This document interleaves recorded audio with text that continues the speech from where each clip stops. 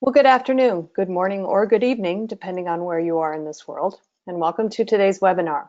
I'm Charlene O'Hanlon, moderator for today's event, and I welcome you. We have a great webinar on tap, but before we get started, we do have a few housekeeping items we need to go over. First of all, today's event is being recorded, so if you miss any or all of the event, you'll be able to access it on demand post-event. We'll be sending out an email with a link to the event that you can access on demand. Also, we are taking questions from the audience today, so if you have any questions for our panelists at any time during the event, just use your GoToWebinar control panel, submit your questions. We'll take probably about 15 or so minutes before the end of the presentation and go through those audience questions. Okay, with that, I would like to go ahead and kick off today's webinar, which is Improving Software Security in an Agile Environment, a case study.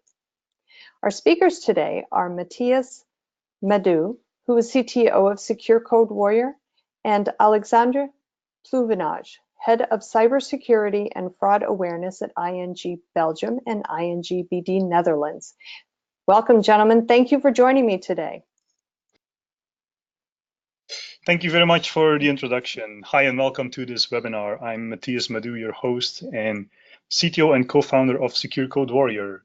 I'm super pleased to introduce Alexandre. Alexandre is Head of Cybersecurity and Fraud Awareness at ING Belgium and ING BD Netherlands, and also the Head of Awareness Track of the Belgian Security Coalition. With his team, he is responsible of the awareness towards ING employees and customers around secure behavior in order to reduce the cyber risk. Alexandre will share how his team engaged their developers to think with a security mindset, and will run through how they rolled out a security program for their developers and share the results of the program to date. Thank you very much, Alexandre. Thank you for joining. Thank you. All right. Let's see. So I'm really a numbers guy, and James Barksdale, the former CEO of Netscape, once said, "If there is data, let's look at the data. If you all have our opinions, let's go with mine."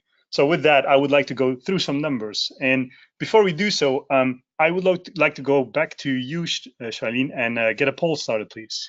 Oh, excellent. Okay, great. So we do have 4 polls during today's event, and I'm going to push the first one out for you right now. Please take a minute, submit your response, and when we're all set, then we'll go ahead and push out the results. The polling question is, how large is your organization's development team? You can select from less than 25, 26 to 100, 100 to 500, 501 to 2,500, or 2,500 or greater. We'll give you guys a couple seconds more to submit your answer, and then we'll close the poll and I'll show you guys the responses. Okay, we are at a grand total. We've got more than 80% people have voted, so I'm going to go ahead and close out the poll because we've got a lot to do today. And let's take a look at those results. Looks like the majority of folks have fewer than 25 developers on a team in their organization. So does that jive with what you guys are seeing in the industry overall, Matias? Well, that's interesting. So that's a very interesting poll. If you look at 2,500, if 25 people are in teams of 2,500 and greater, these are huge companies. Less than 25, very good to see that even smaller type of companies have an interest in security. Normally, it takes a while before they realize they have to do security because their #1 focus is getting their product up and running and out there. So yes, so thank you very much for the poll. Interesting results. With that, on planet Earth, we are with 23 million of developers. 23 million of developers by Evans. We will be with almost 28 million of developers by 2023. The largest, or the majority of developers currently is in the United States. However, Asian companies are taking over. By 2023, India will have taken over the US as the country with the most developers. And at the same time, India is not the fastest growing place or country with developers. It is actually China. Between now and 2023, the population of developers in China will grow between 6 and 8%. So a huge number of developers. 23, to put that in perspective, I'm from Belgium. We're with a good 11 million in Belgium, so that's twice the size of Belgium, all programmers. ING is headquartered in the Netherlands. In the Netherlands, they are with 17 million. So not even close to the 23, 6 million over that number. So a huge amount of developers. And what are these developers doing? They are producing code. Go to an organization these days and ask them, will you have more or less code next year? I'm pretty confident that they will say more code. We have developers, they have to produce code. We want more. 111 billion lines of code. That means we're writing 2 billion lines of code every week. It also means, if you take the previous slide into consideration, a developer is writing 5,000 lines of code every year. So it is one statistic. You can go back to your development organization and figure out how many lines of code your developers are writing and take the 5,000 as the average. And you can see if they are writing more or less code than that one. Homeland Security. They were very interested in figuring out, like, hey, our nation's critical infrastructure, what are the biggest security incidents against our nation's infrastructure? And guess what? 90% of the security incidents result from defects in the design of their code. The Software Engineering Institute estimated that 90% of the reported security incidents results from exploits against defects in their design or code of software. That's what DHS is experiencing today. What does Verizon say? Verizon says that 21% of the data breaches is caused by software vulnerabilities. And that's a very interesting statistic, but that one goes up. And to put that a little bit into perspective, if you look at networking problems, networks are around for a longer time, in the sense that it got the attention from a longer time. It seems to be an older problem, and we became better and better and in security for networking systems. So it became harder and harder to get in through the network. So the next weakest spot in this whole system seems to become the software itself. Software vulnerabilities are there. They never got the attention that they deserved with the outcome that it is on the rise. 21% of the data breaches is caused by the software vulnerabilities. Let's have a look at OWASP top 10. 30% passed the OWASP top 10 out of the 400,000 applications that they scanned. I'll be very honest over here, that numbers looks high to me.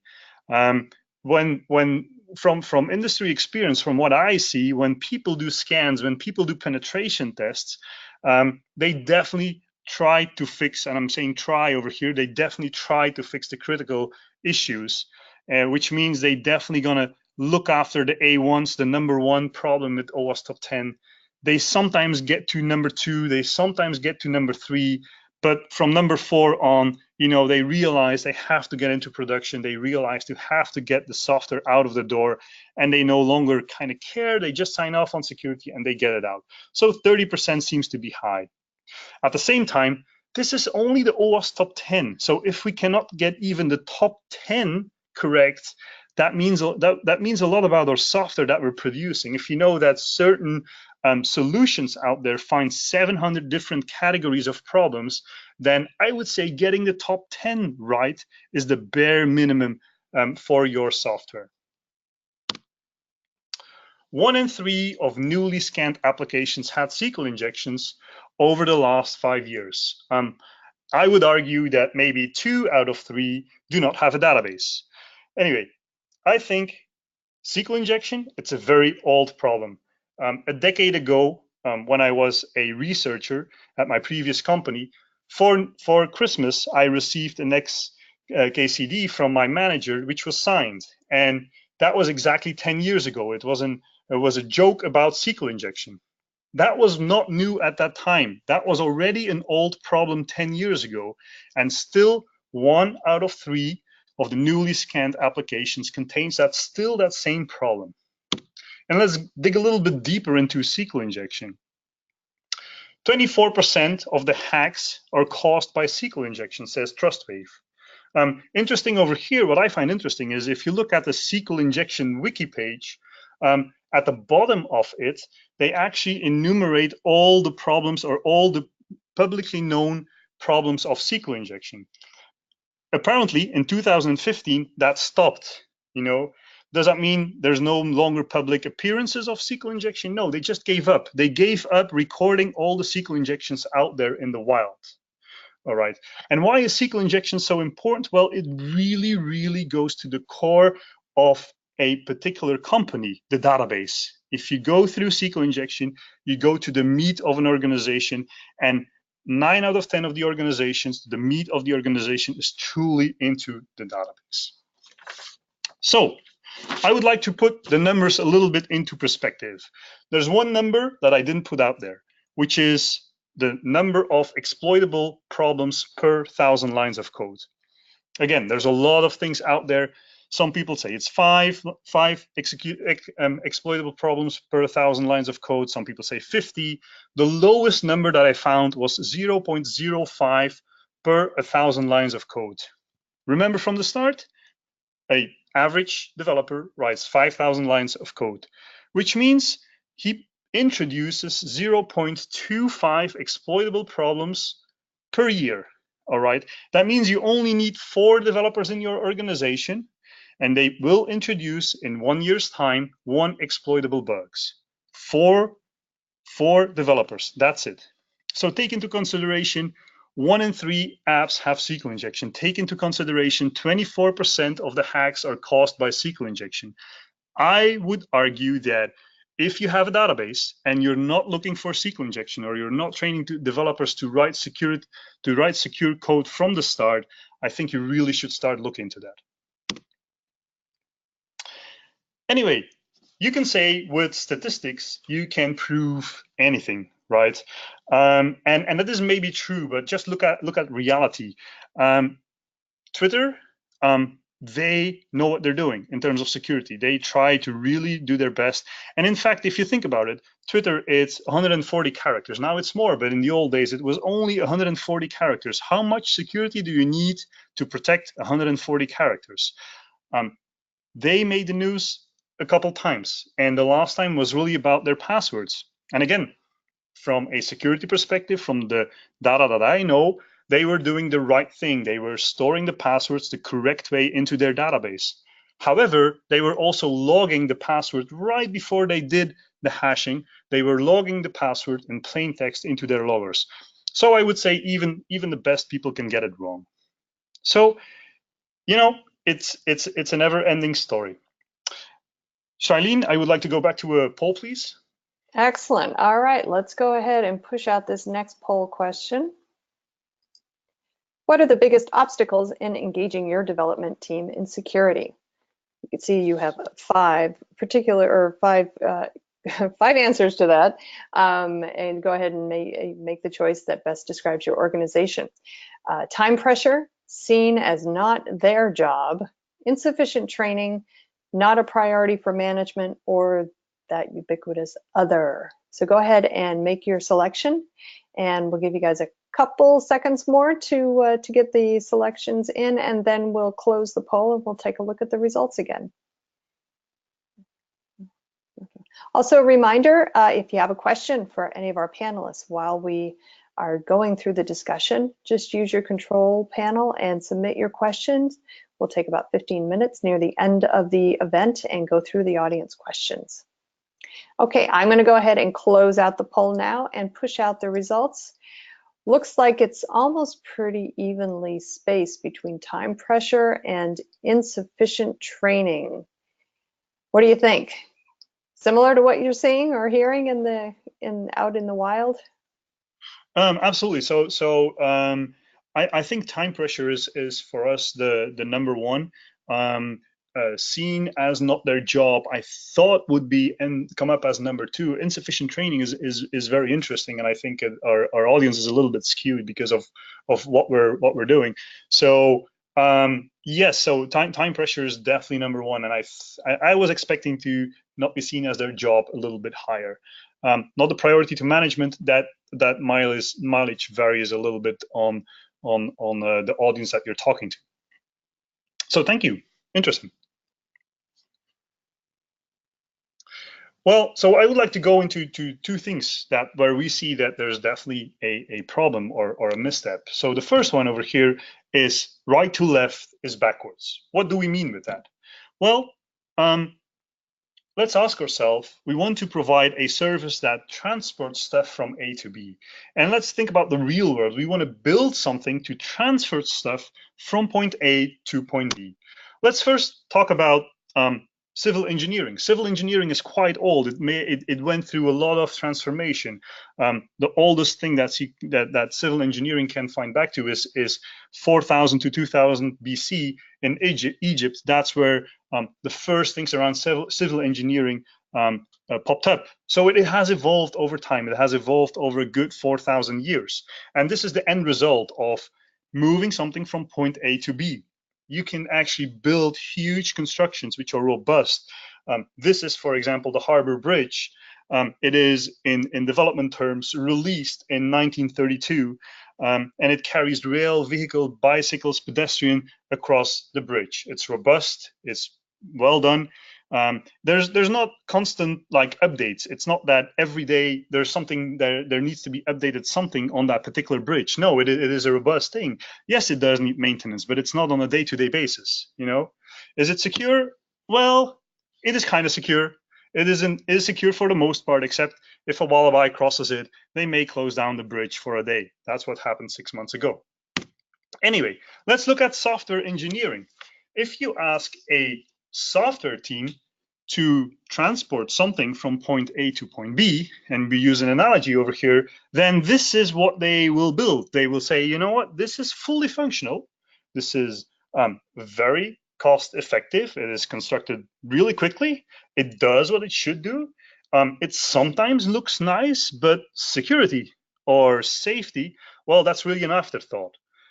Why is that an afterthought? Well, it was not in the requirements, and also we were not told at university to do it that way. Well, if you ask people, have you seen security at university? They will say, yes, we've seen cryptography, so we've seen everything in security. They need to run a business, which means you need to have customers to stay alive, which means that sometimes they just go live and they worry about security later. Okay. Luckily, there are organizations that are more regulated, and I'm pretty confident Alexander can talk more about that. They want some assurance that what they've built is security. So you can actually ask security experts to go in there and poke holes into what they've built. And they do, they find holes. And we need to make it secure. So imagine going from this one, because a security expert is poking holes in there and saying, you know what? You should actually build something like that. Okay, if you do that, you essentially have to start from scratch. And that's exactly what's happening right now in making applications more secure. NIST is saying that it is 30 times more expensive to build security afterwards than build it in from the start. NIST is saying one thing, they do not really release their data. There is a very interesting article produced by Jim Ralph from Aetna, where he actually did the test. He really went in there and he recorded information, he recorded data, he recorded numbers, what he was spending on security.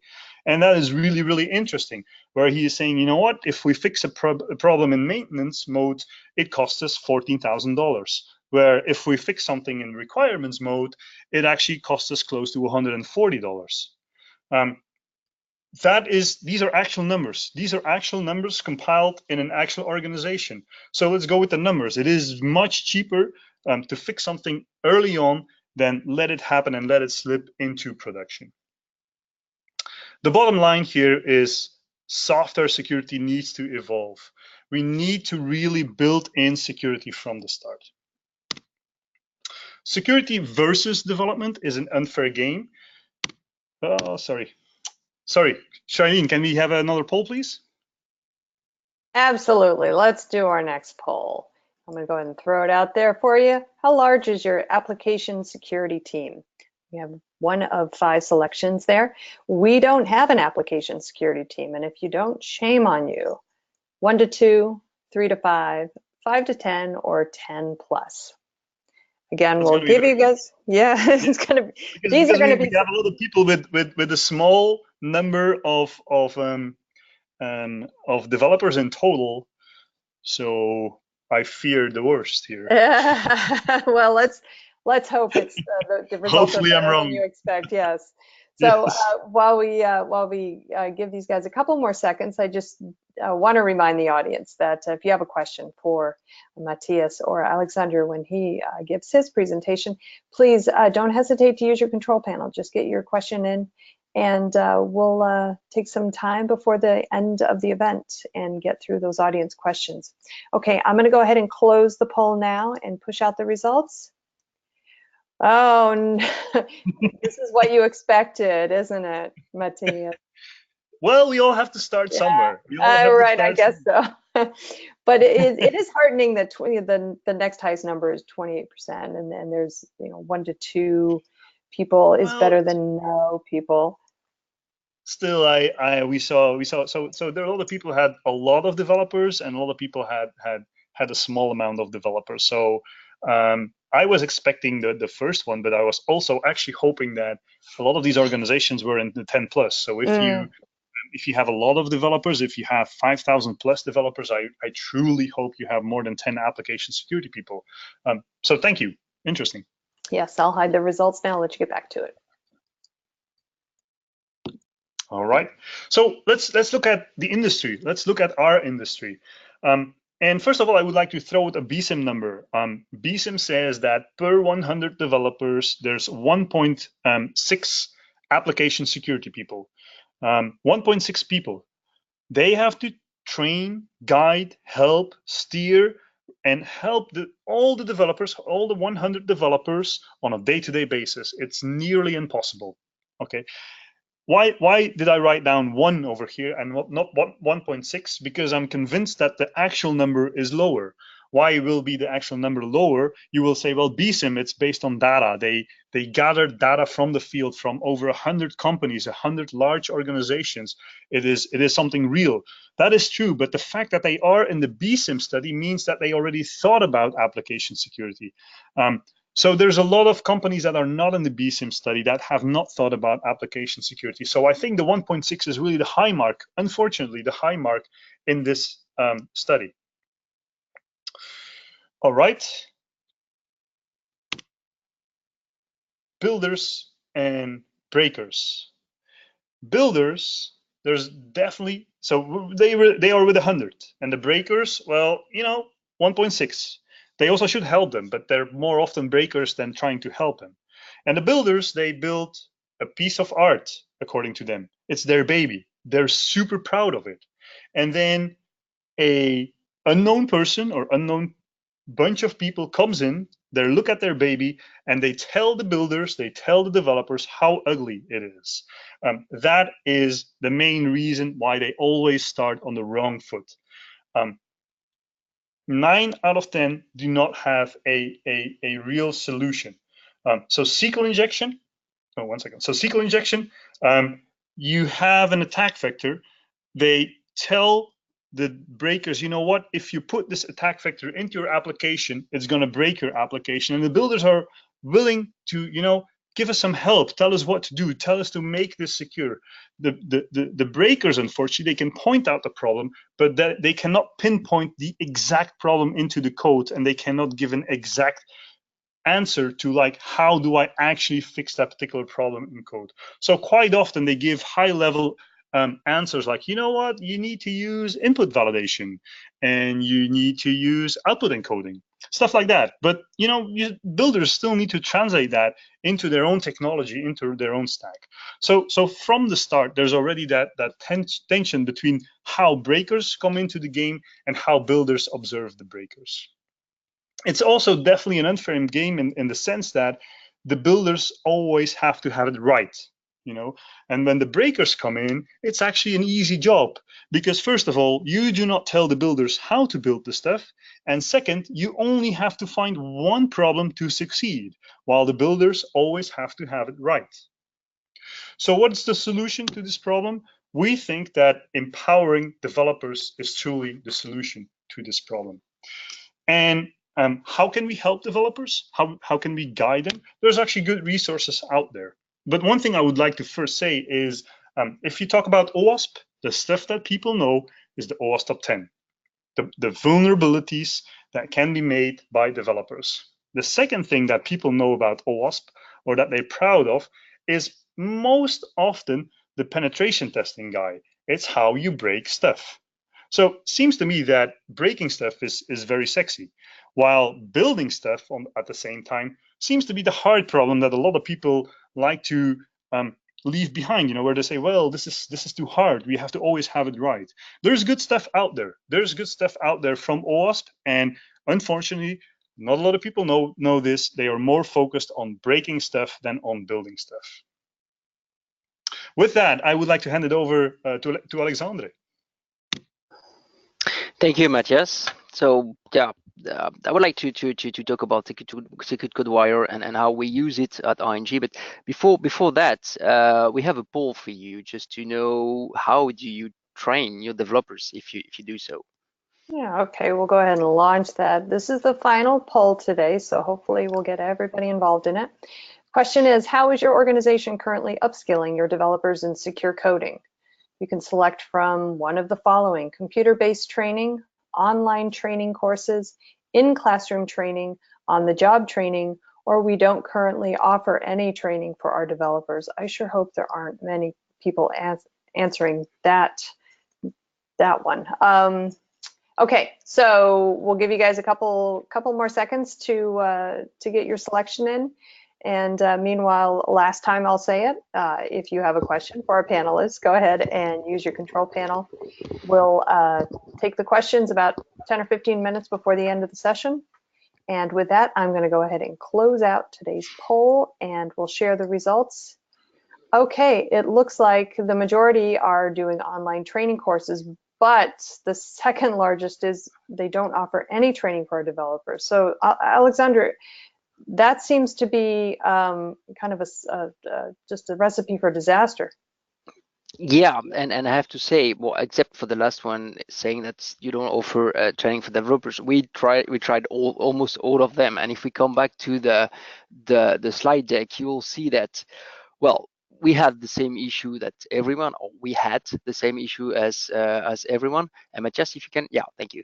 And on the next slide, you see that, well, we were thinking about that, guys. We see the issues. We test the programs. We do penetration testings and all the code review things, but we needed to improve the code when it was written. So we tried with the classroom training. Well, most of them didn't come. They had other things to do.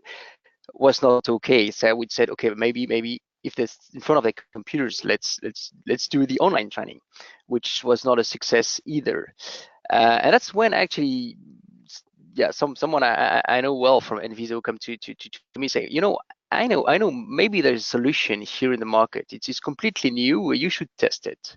And well, and that's what we did. So on next slide, you see that we tried. We did the pilots, and we got a small test with Secret Code Wire with a group of 10 developers that we selected because we were thinking that they might be interesting in it. And on the next slide, you see that as a result, well, it was quite interesting to see what they were thinking about it, because almost everything was green. Like, yeah, was it easy to use? Well, yes. Was it enough in the thing that did you miss something in the training? No, it was okay. Was it challenging enough? Was it relevant for your job? Because that's also interesting for us. Will you use it? And they were all saying, yeah, it's really great. There was one point where they were saying, nah, it was not completely okay. It was about the feedback they get at that time. Using the tool. So you using the tool, you do the game, because it's a game at the end, and they were yeah, struggling with the feedback, like, okay, it's wrong, but why is it wrong? I have to say that since then, because we were collaborated with the people from Secure Code Warrior at that time, and they improved that. So now, if I think if we do the test again, we will have a green light here also. So that's why we decided to, to roll it out within ING. The first step was, and it's on the next slide, it was just Belgium, and I will come after that on what we're doing today, because ING has now a global license worldwide for all the countries, the ING countries everywhere around the world. But we learned, what I want to share here, it's that we learned doing it. For those who will have the curiosity to go into the tool and to test it, you will see it's really easy. Actually, we were thinking about, well, what, are we going to give the training to how to use it? But well, it's done away. It's easy to use it, to understand how to you want to use the tool. So we felt we fall in this reaction, like, okay, it's easy, it's going to work by itself, and everyone going to use it. Well, it was not completely right. We started with a few 10 teams, and some of the developers completely fell in love with the tool. Some of them play more than 40 hours, so it was a success for a part of the organization. But also for the another parts, people say, yeah, now, you know, we have something else to do. And I'm coming back to the poll we had a few minutes ago. Time constraint is also, time pressure is also something we had to take into account. So when we first rolled out the tool, it was like, okay, we open it for everyone, and then they will all play with it. We had to change that, and since now, because now ING is working agile, and certainly for all the business, but also the IT, we had to review the way we wanted to roll it out. On the next slide, you will see that there are things we don't do anymore, and the things we do. So it's a great tool. There's no doubt about that, but we can't force everyone to use it. It's the same way we can't force everyone to go into a classroom. It's not working. They won't all use it. So what we chose to do was to have one champion in each squad. So in each development team, there is one person, and they can choose that with the chapter lead and the team leader to see, okay, who wants to improve his secure coding and help his colleagues in his group. And that's working well, because first of all, there is one passionate, and you always have at least one person passionate about learning new things and using the tool and improving is knowledge, but it's also pulling the others to improve their code. And so that's how we work today. And there is at least one person in each team who can, well, answer questions, review code, and do peer code review.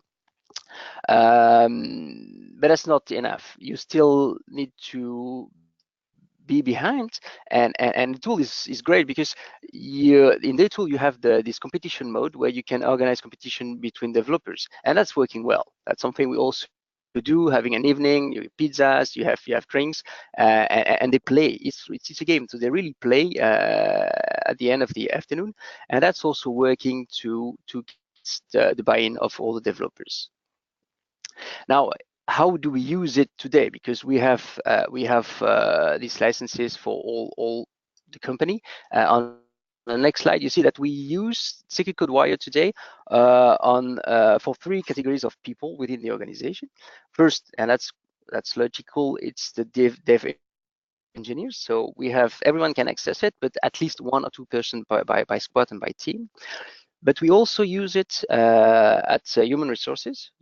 That's something we just started, because there is this assessment mode within the tool built in, where you can assess new developers. So if you want to hire someone and say, okay, I'm a Java developer, I have 10 years experience, and I'm good in it, well, you can also assess how good he or she is in secure coding. Doesn't mean that you should decide if you want to hire the person with good or bad results, but at least you know what's the level of the people you hire as a new developer. But it's also interesting for the chapter leads, so for the managers, the people, the team leaders for developers, because they can see real time where their team members are good at in secure coding.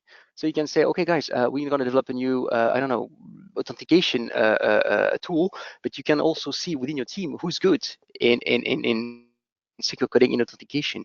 So you can allocate the best people in this field to that project, but you can also see it as a basis to see, okay, I want to train those people, I want to train my developers. We can see where they should be trained, and then don't all know everything on all the security fields. So you can also see where they're good or bad and where you need or you want to train them. What I want to say is that Agile is really a good way of working, but it's also a risk for development in the way that, yeah, the Agile technology is that every team is still steering. They can improve their code. They can put things in production really fast. But if you reduce the time to market, which is a good thing, you reduce also the time you would need to do all the security checks and the code reviews and the penetration testing. That's also why we decided to invest in the training to be sure that we get less red reports from the code reviews and be able to really put the application faster in production. That's what I wanted to say. Quick question, Alexandra. So around the developers that you also test, do you see a correlation between a good developer and a security savvy developer, or is there no correlation at all that you see? Yeah, it's more about how people are passionate about the things they're doing. You see developers who really want to improve, and some of them just use it because it's an online platform. They just use Secure Code Warrior during weekends. They just do it on their free time.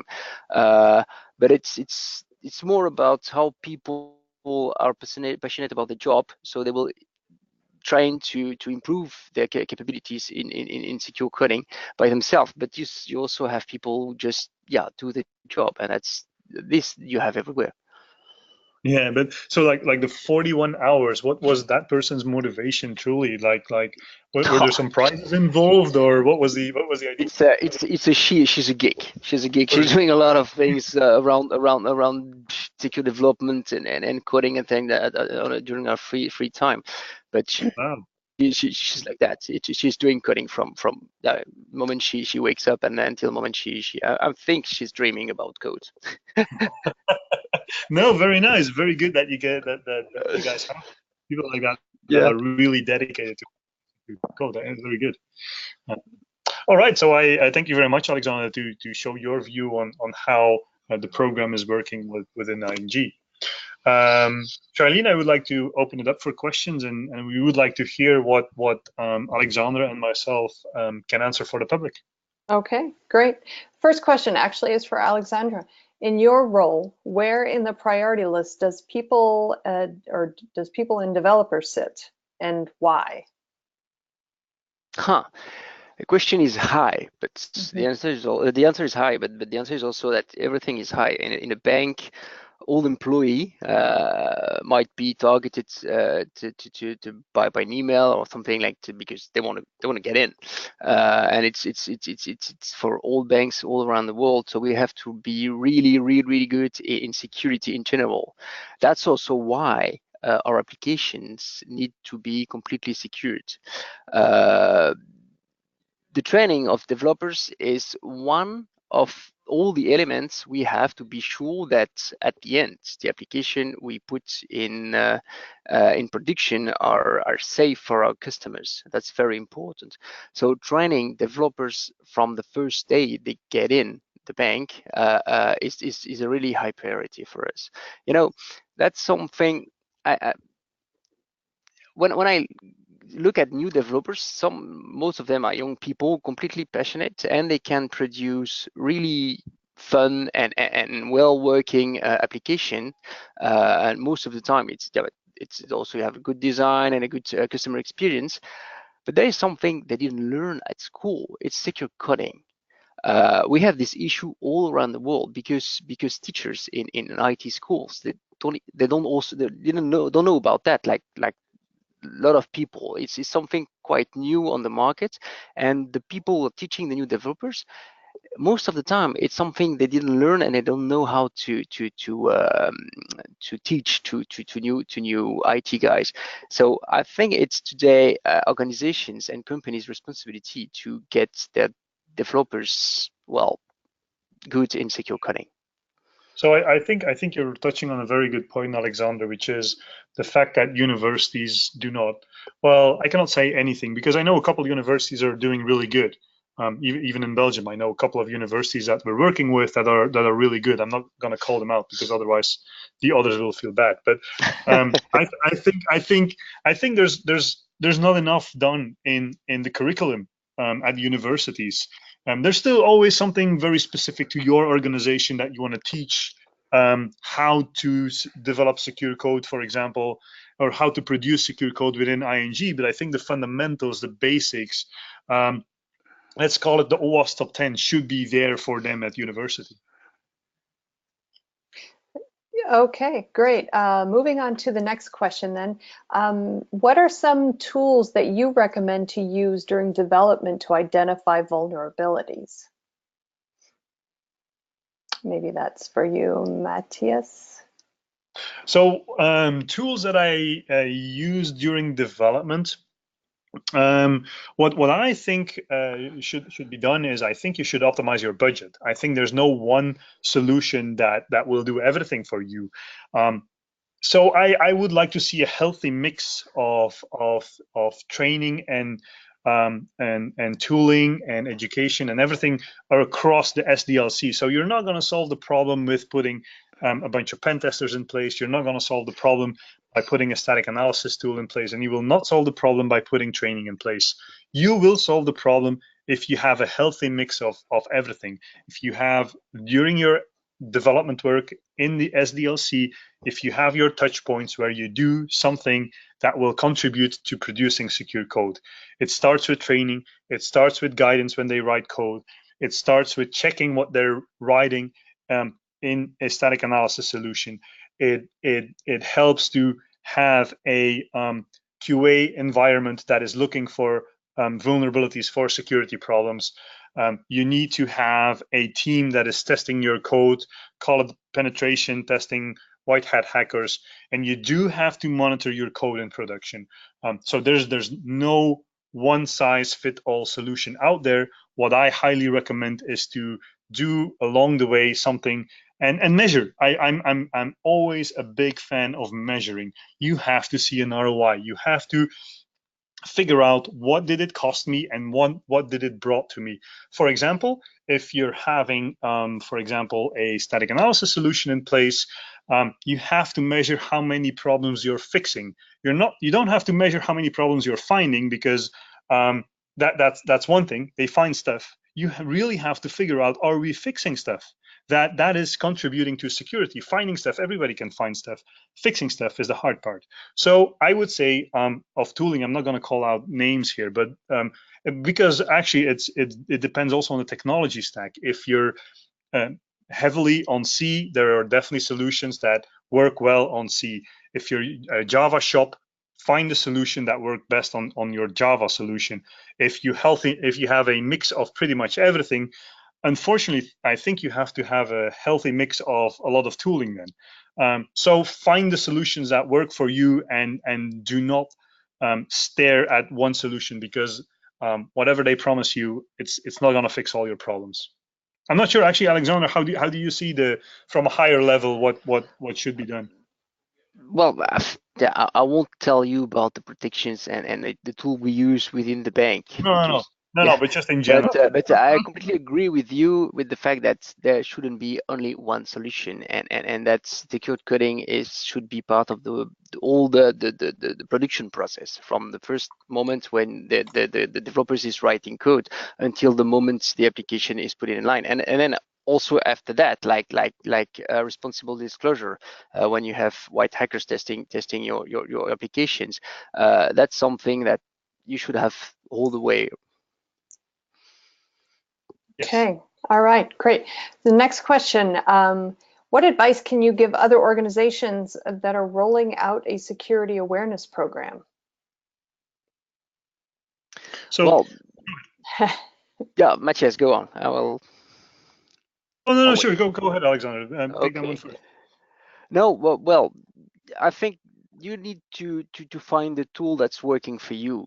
We tried the online course, we tried the classroom course, it was not working. Today we're really happy with Secure Code Warrior. Anyway, you still need to put I mean some emphasis around the tool you will use to create momentum all the time. You cannot give access to a tool like Secure Code Warrior, but if you just let it go like that, you will see that the curve, and that's what we had. I'm not talking about all the users, but within our organization, you see that the first day and the first week the peak is going on and up, and then it's going down, just because people have other priorities, not because they don't like the tool. It's just because they have other things to do. So it's like selling a product. You still need to invest in advertising, stay behind the people to say, okay, well, you didn't use it, why? Okay, maybe if you find some time, just use it again, or organize some kind of a contest, which is working quite well. I think it's also promoting the tools you have. So yes, I think you're taking it from a security angle, Alexander. I would like to add in there, when you choose something, I would always say developers get involved for any security solution that they're gonna push on you. Just get involved, because you know what, it's gonna come. It's gonna come if you want it or not. As a developer, there are decisions that are going to be made that security is super important for your organization, and it's going to come to you. So I would say to a developer, always get involved with the selection process of a solution. It's super important, because eventually you're the consumer of that solution. Yeah, I fully agree. That's exactly what we did with the pilot. Before going to management, we did the pilot, and we used the results to go to management, saying, guys, we think we have something there. And then we were able to introduce that tool within ING. All right, great. That's actually a really great segue into our next question, which is for you, Alexander. How strong is the relationship between application security and engineering, both before and after the rollout? Yeah, but that's a bit what I explained earlier. It's more about having the expert in security, what we call within ING the security champion, within the team. Before that, when we were not working agile, the secure application team was outside of the teams, and now we trained people to be within the team, to be with their colleagues, because when you get the feedback, and when Matias was talking about the baby, I like the metaphor, but when you talk about the baby, someone else's baby, or you talk about your own baby with your peers, you don't have the same impact. So having the security champion within the team is really working well for us, and it helped us to have better, I mean, more secured code. Okay. All Great. right. So thank you very much, Alexander. I think we're out of time. So with that, I would really would like to thank you, Alexander, for your insights into what you're doing at ING, how things are working, what the struggles you guys faced, how you overcome the struggles, and how you make that program successful. I also would like everybody that joined this webinar, thank you very much for dialing in. We do have a white paper that gives an overview of what we just talked about. After this call, we're going to send out the white paper. At the same time, please do not hesitate to reach out to us. We're on various media thingies, so there's always a way to get in touch with us. With that, I would like to thank you very much. Yes, thank you everybody for joining, and also a reminder that today's event has been recorded. So if you missed any or all of it, you will be able to access the webinar on demand. We'll be sending out a link post-event in an email that will enable you to just click on it, and you can get to the event, listen to it at your leisure. The event also will be living on demand on the DevOps.com website. So if you can't find your link or it doesn't work or whatever, just head on over to DevOps.com. It will be listed under the webinars section. We have both upcoming and on-demand webinars there. So while you're there, check out the other webinars that we have, and hopefully there'll be one or two that pique your interest. Matias and Alexander, both thank you so much for joining me today. I really appreciate it, and it was a great conversation, great presentation all the way around. Thank you, audience, for joining us today. And this is Charlene O'Hanlon, and I'm signing off. Have a great day, everybody. Bye-bye. Thank you.